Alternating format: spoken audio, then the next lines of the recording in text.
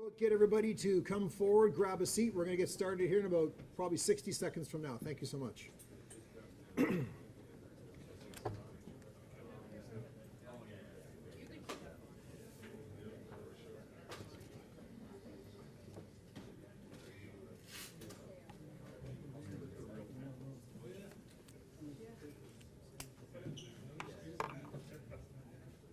Just try to talk right into that if you can.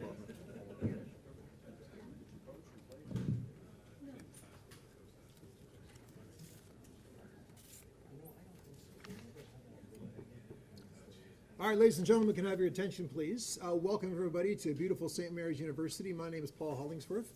Given my role with TSN and given TSN's closeness to the Canadian Football League, I was asked to help out today, so I'm very flattered to be here and very excited to be a part of what is a very special story for the city, for the region, for the market, and for the league potentially.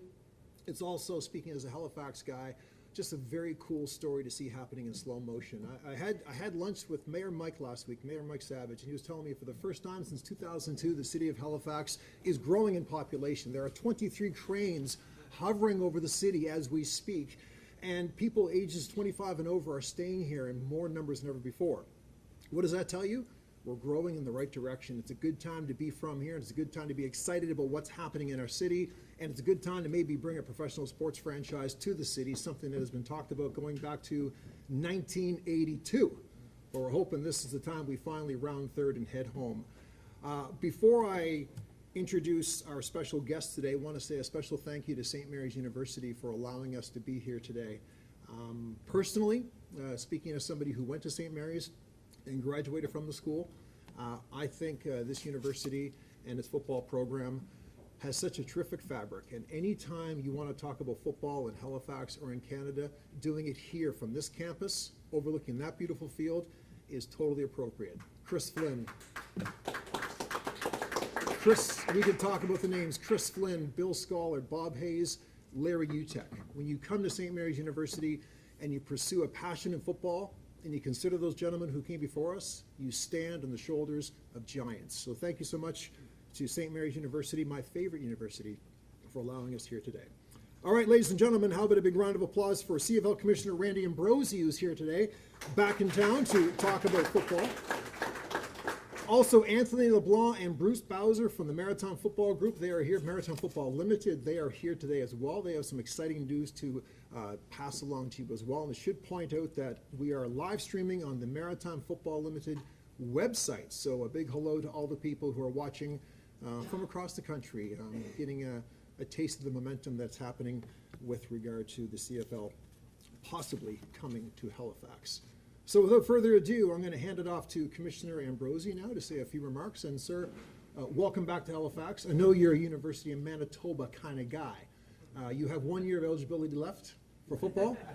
This is St. Mary's country, so something to think about as you talk about football today. We could use you here. You know. Well, that's an interesting thought. I did look at the football field today, which is about as far as I'm going to get, or close as I'm going to get to participating.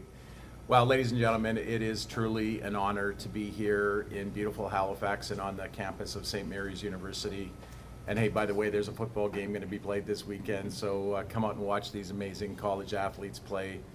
And I know you won't be disappointed. They are, they're amazing. I think the whole Vanier Cup, the run to the Vanier Cup is going to be fantastic. And of course, we're here today to take another big step forward in this project that has been talked about now for decades. In fact, I think for as long as many of us can remember, we've been talking about the possibility of a CFL franchise in Atlantic Canada. I know. I think it is the unfinished piece of business that has been on the hearts and minds of Canadian football fans for decades. The opportunity to truly be a coast-to-coast league, to have that 10th franchise, to end up having 2 5-team divisions. I think that could put to rest some of the conversation about a 1-team division. I think we should hold out and have this Atlantic franchise enter the league. 2 5-team divisions will be fantastic. I want to tell you that I'm not just here representing myself, but the entire Board of Governors, and I bring greetings from the Board of Governors and from all 9 teams. But as importantly, I'm here representing Canadian football fans. And I've had the great pleasure for the past year and a half to travel the country and in and out of every stadium, airports, and just on the street. And this is a conversation they want to have. Canadian football fans want this team here in Atlantic Canada. I think for many Canadians, the Atlantic region is on their bucket list. They all want to come and visit this great part of Canada. And I think, well, we get a football team here. I think beyond the support we're going to see from the local market, I think we're going to see support from Canadians who are just going to want to be here. And imagine a day that we have a Grey Cup game here. I think it would be perhaps one of the hottest Grey Cup tickets in the history of our proud game. So, again, it's an honor and a privilege to be here with Anthony and Bruce today. It's an honor to be here with all of you, and to be on this journey together to truly creating a coast-to-coast Canadian Football League is something we can all be proud of. So, ladies and gentlemen, thank you very much.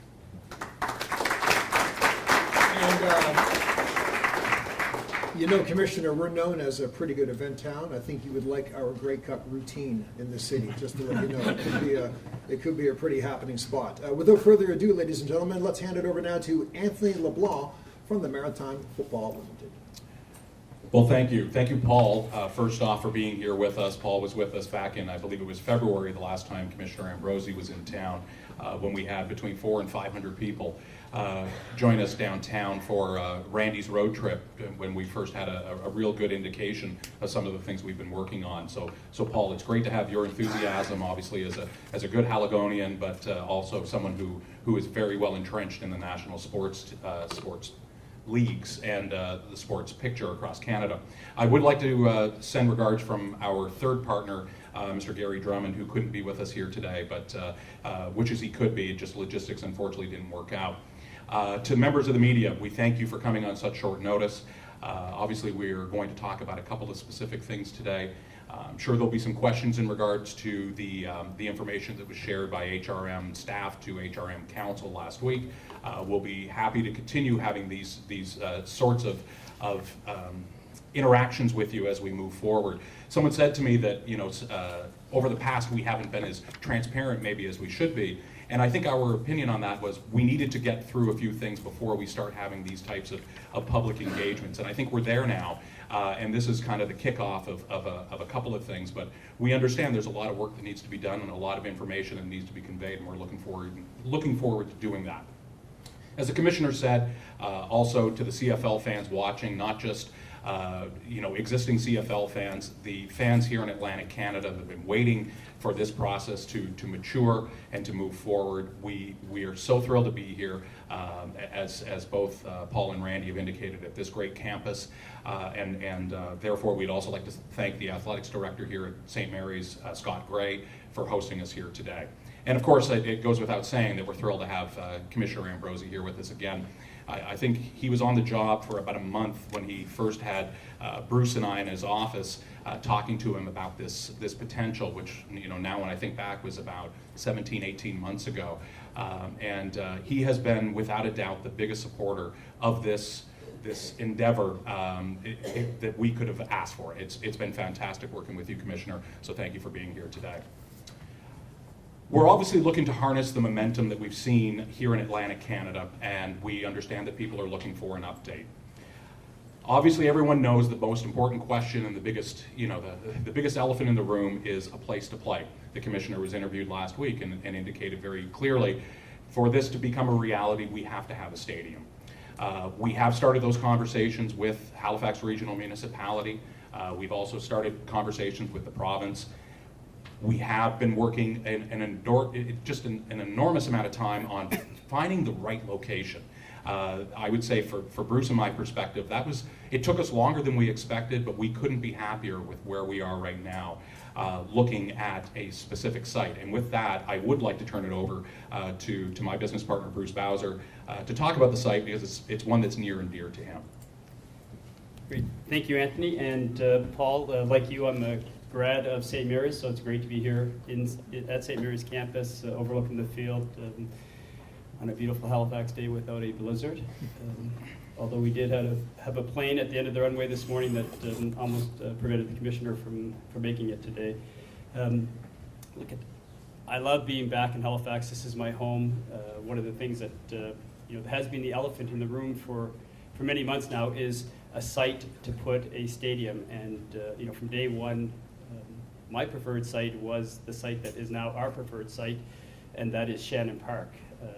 For those of you who don't know me, I actually grew up in the Shannon Park community. My father was in the military, and I grew up in that area. So right now, we're working closely with Canada Lands, who owns Shannon Park, to look at securing 20 acres to make that a site. And why do I think that is a good site? A number of reasons.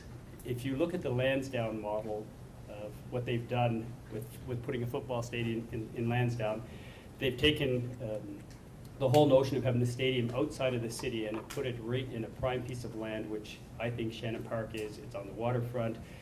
I use this notion of live, work, and play. I can see a future where you have a football stadium anchoring a beautiful piece of land with parkland around there, with residential condominiums, townhouses being built by the waterfront, restaurants, making it a fun place to be.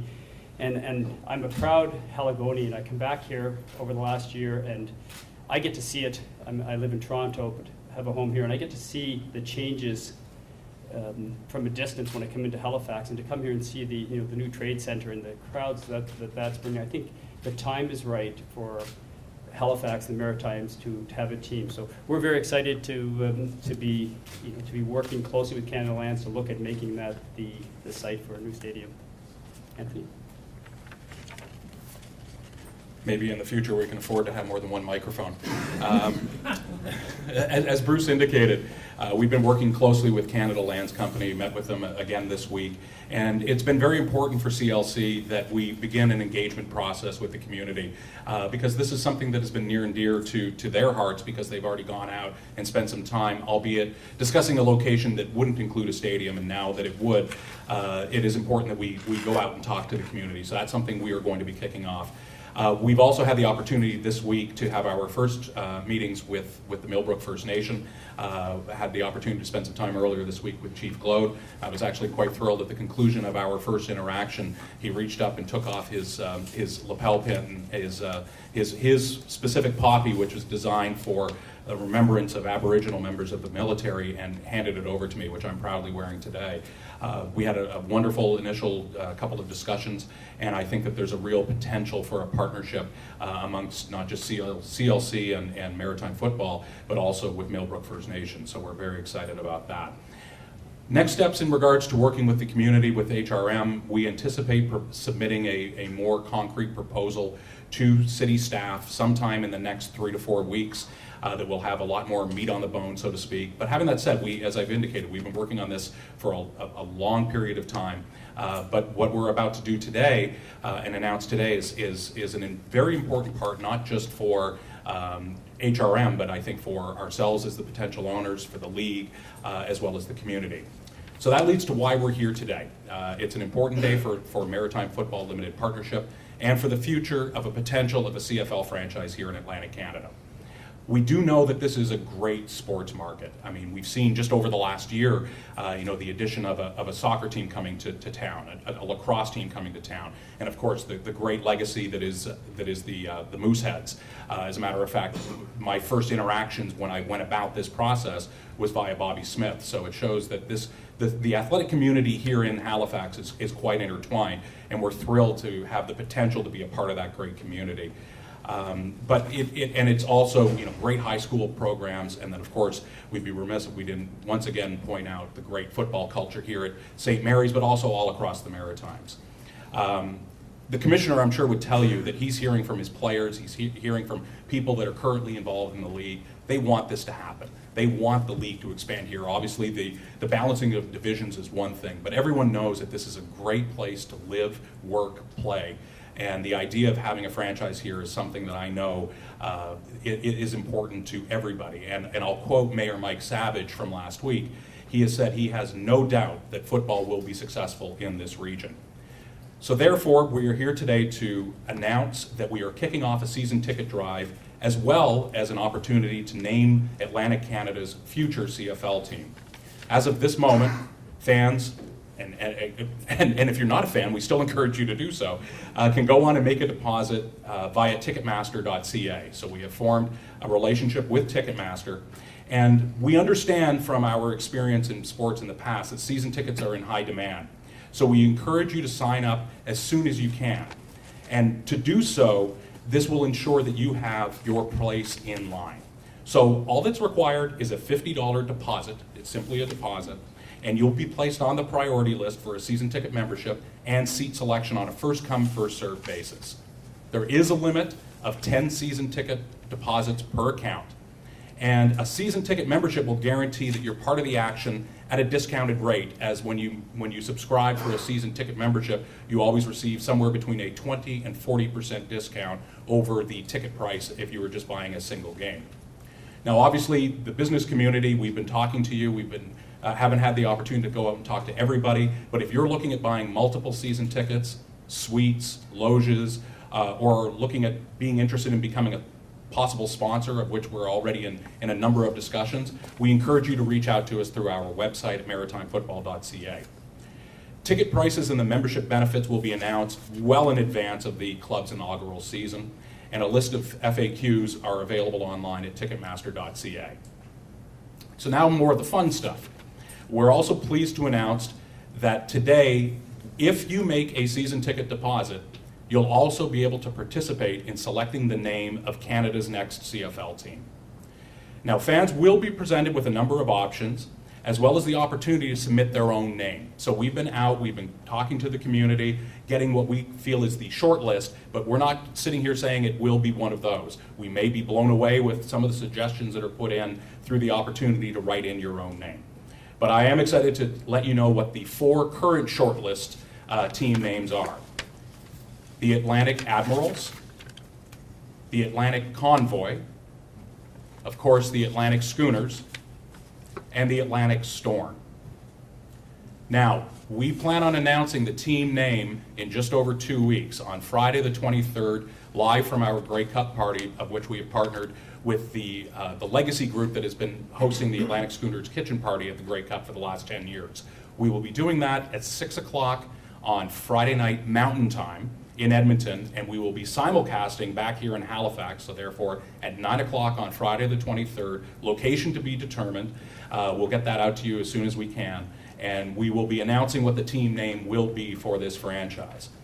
And just to add a little bit more fun for those of you that are being involved in suggesting the team name, if those that select the winning team name will all be entered into a pot, so to speak, and we will draw one person who will win 2 lifetime season tickets to the franchise. So obviously we want everyone to be involved from the season ticket deposits point of view, but also for those that are involved, you get the fun stuff of helping us choose what this team name will be. So in conclusion, in regards to the formal remarks, and then we'll open it up to the floor, this is an important milestone. This is something that everybody needs to see. You know, it's referred to as a condition precedent in regards to moving forward to the next steps. I'm certainly not going to sit here and put the commissioner on the spot of what this means in regards to next steps and when things will be announced.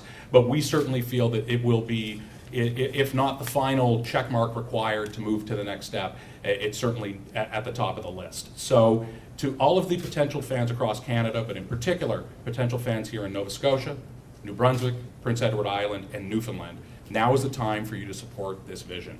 Spread the word to your family, friends, neighbors, and colleagues, and together we're going to try and will make this a reality. Together, we can all make this a truly national coast-to-coast league and write the next chapter in Atlantic Canada's sports history. Thank you, and with that, we'll open it up to the floor. Anthony, I wonder if the league has a requirement for the number of season ticket commitments that you need to get. We actually have not set a specific number.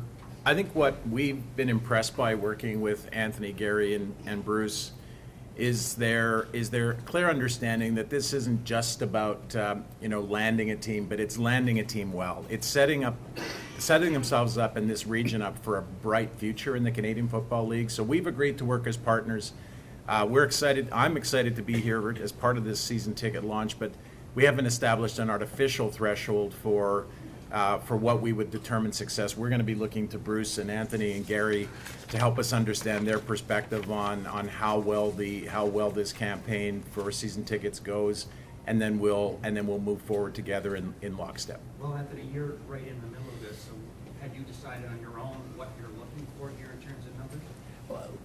I've had the pleasure of operating a professional sports team for a number of years, and I can't say, look, if you talk to anybody who's in the role of selling tickets, it is important that you have a nice base of season ticket holders. So I think, I've said this before, I think I mentioned it to Frank when we had a conversation earlier this week, that, and again, it's possibly an artificial number, but I'd like to see us at least have half the building that is filled with season ticket members. And I think that's very achievable if you look across the league.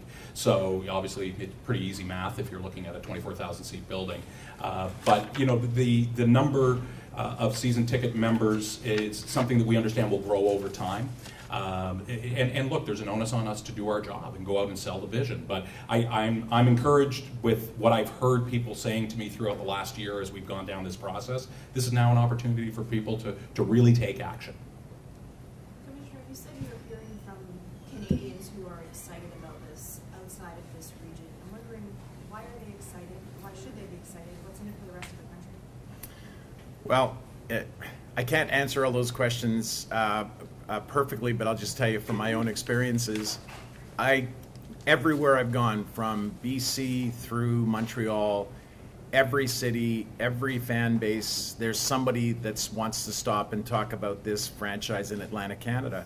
I think there is, maybe to some degree, there's a romantic notion that this is the unfinished business that the Canadian Football League has been pursuing for a long time. I do think that Canadians are intrigued by the Atlantic region and all too often don't come here and see the splendor of and all that you have to offer, and that the idea of having a football team here will create a reason for them to come and visit and welcome this part of the region into Canada. I don't know that's a perfect answer, but what I can say is I have literally every trip, every stadium I visit, the idea of this franchise entering the league at this time is not top of mind for football fans across the country. 2020 is new, right? I mean, I'd heard 2021 before. Is it realistic to have a stadium built by 2020? And if not, would you field the team in Moncton for a season? So great questions. 2020 was definitely our initial goal when Bruce and I first got together, but that was a year and a half ago. So right now, and I as he usually does, the commissioner answers these types of questions well. We don't want to put artificial deadlines in regards to when this will happen. I think our goal as of right now is 2021. It won't be the end of the world if that slips a year, but you brought up the concept of Moncton. The commissioner and I visited with the mayor and vice mayor of Moncton and the former premier back over the summer, and there was a lot of enthusiasm about being involved. So one of the concepts that we bandied about is this idea of possibly starting a season in Moncton while the stadium's in construction. We don't have any real definitive answers on that yet, but we don't want to engage just Moncton. We want to engage PEI, we want to engage Newfoundland, other cities in Nova Scotia and New Brunswick. But Moncton obviously is a natural fit because of the fact that they have the basis of the stadium. They've had 2 successful Touchdown Atlantics played there. Those are discussions we'll continue. How long would the stadium construction take? Stadium construction will take somewhere between 18 to 22 months once shovels are in the ground. Do you have any more financial details in terms of what you're looking for from the municipality? We've included a fair amount of information in your press packets that talk about the next steps. I think what needs to happen now in regards to working with HRM, as I indicated, we need to put together our final proposal, which will include a number of things, including, through consultations with Canada Lands Company, what the incremental lift will be for that potential site with a stadium as opposed to not having a stadium. That's a critical piece of information that HRM needs to see because the tax plan that's been discussed is one of tax increment financing, so it all has to do with the incrementality. And then the HRM and ourselves will go jointly and continue dialogues in a more formal fashion with the province. A couple of ideas have been put forward, but they're not, what we have been doing is looking at a variety of tax plans and public interaction and public involvement throughout North America. And we're not zeroed in on one specific one, but we know that we need participation from the public sector, just like it has been very clear to us that the public sector needs our involvement in a significant manner. What do you see happening in terms of public consultation? Would it be something similar to what Canada Lands did for the site in the beginning, in terms of going to the public and asking them what they'd like to see on Shannon Park? Yeah, to a degree, I think the difference this time is Canada Lands has asked ourselves and HRM to take the lead, while that time it was CLC that took the lead. Now, don't get me wrong, CLC will definitely be involved, but they want to ensure that the public agrees that this concept makes sense. So I think that that's something you'll see here that'll start probably by the end of this calendar year. Are there public reach out to you rather than you reaching out to the public? How would they do that? Probably the best place to start is through our website, maritimefootball.ca, where there is the opportunity to go in and ask specific questions. And so that's a great starting point. And then obviously when we have these public sessions, we urge as many members of the public to join us. Are there plans for the stadium in the off-season? There's another, not that the other questions haven't been great questions, but that's a tremendous question, especially since this morning we had the opportunity to sit down with the people who have been kind of working with us on what the stadium would look like. I think it is an absolute, integral that the stadium is used 12 months of the year. So how do you do that? Like, we're sitting here next to a football stadium that probably doesn't get used too much. So we're looking at two really opposite concepts. One would be putting in a full-time ice facility so that during the winter months, we'll call it December 1st, a full-time ice rink goes into the center of the field, which could be used for public skating, youth groups, maybe even up to St. Mary's hockey program having outdoor games, or putting up a sports dome so it can be utilized for things like soccer and other indoor sports. But it is absolutely important that that facility is used for more than the 6 or 8 months of the year. So those are parts of the consultations that we're working on, and we should have some form of feedback here in the next couple of weeks. Has St. Mary's committed to playing football there? We have had conversations with Mr. Gray, just like we've had conversations as well with Dalhousie about how they can be involved, probably more so on the academic side. There hasn't been any form of commitment, but there's been a tremendous enthusiasm about this project, and we've certainly talked with both universities about how we can participate in the UTEC Bowl, working together in regards to Vanier Cups. Collegiate sports is going to be a very, very important part of this multi-use facility. All right, I have a question for you and probably for Commissioner Ambrosi. Are you still committed to the 24,000 seat size? And the reason why I ask that is because it was brought up in council by the mayor himself, wondering whether it was the right size for the city. And also we've had the recent news that Montreal, which recently expanded its McGill Stadium to 25,000, is now going to reconfigure to 20 because they're having attendance problems there. And you've got the relatively new stadium in Toronto that they can't fill. It's only 30,000. So I'm wondering about that. Yeah, I mean, getting the right sizing a stadium is of critical importance in regard to things like selling season tickets. You don't want to have too much capacity because then there's really no need for people to buy a season ticket.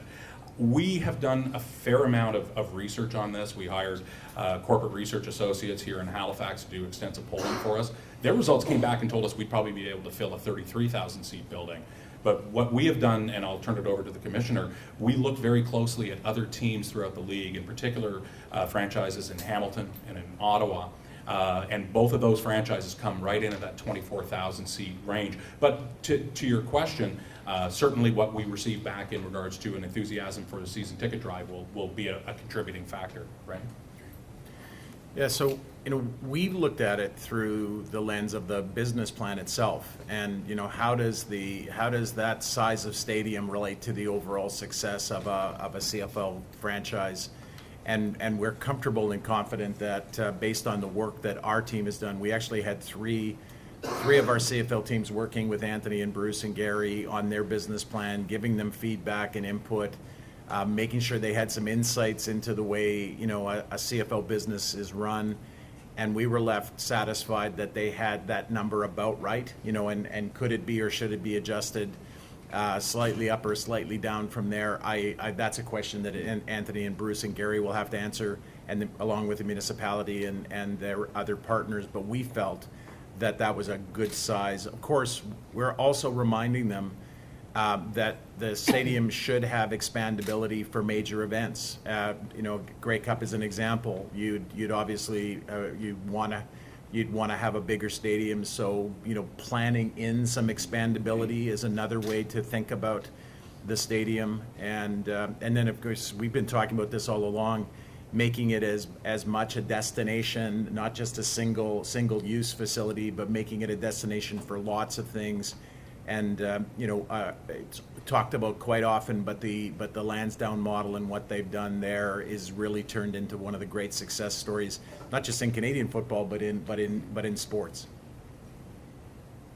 What role can the CFL play now moving forward for the team? Because I understand the whole naming rights that's going on now in season ticket drive, but what's next for the CFL in terms of maritime football? Well, to start the process, we laid down a very clear, you know, step-by-step plan that we would work with Bruce and Gary and Anthony on. You know, for our part, it's making sure that we're keeping up with them, doing all the work we need to do to make sure that as every milestone in our plan is crossed, that we can meet them with our own.